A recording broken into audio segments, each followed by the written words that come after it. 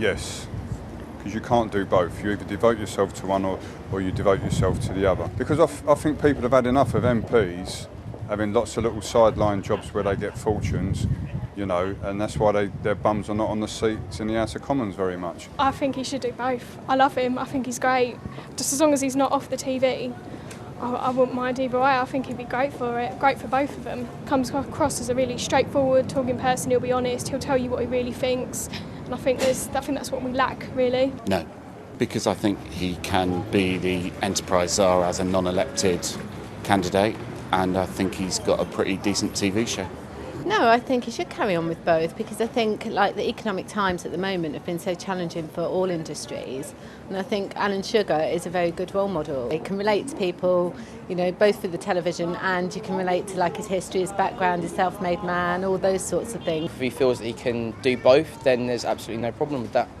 But I mean, if they really are concerned that he doesn't have enough time or energy to do both, then maybe they're right, but to be brutally honest, I know it sounds really ignorant, the government doesn't listen to me, so I don't listen to them. He'll bring focus for the country towards his enterprise czar role. For me, I don't really care if he has a public and a private role whatsoever. I feel that one doesn't really interact with the other unless he has obvious conflicts of interest. No, I think he probably can do both. I mean, I understand that there could be a conflict of interest, but I just think that it would be better to have real people, because at the moment we seem to have politicians that are on a different planet. So yeah, for me it would be bringing in somebody real that's worked hard, that knows what, you know, real people want and believe in. I think Alan Sugar's a fantastic role model for young people in this country. That, you know, he's quite an inspirational individual from my point of view. Political climate that it is at the minute is dog eat dog and who can get the most votes, and I think Alan Sugar probably would carry a lot of voting weight towards the Labour Party.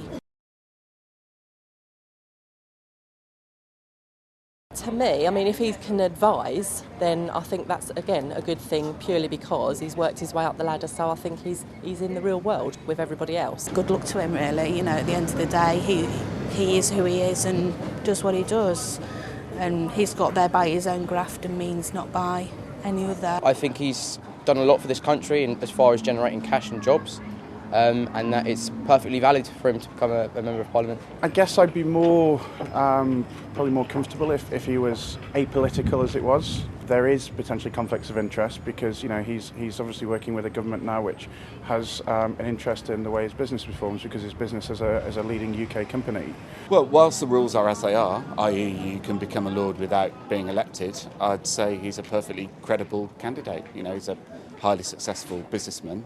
A Labour Lord. I'd say it's funny you said about the conflict with the Conservatives. I would have thought he would be more a Conservative Lord, you know, with his sort of business acumen.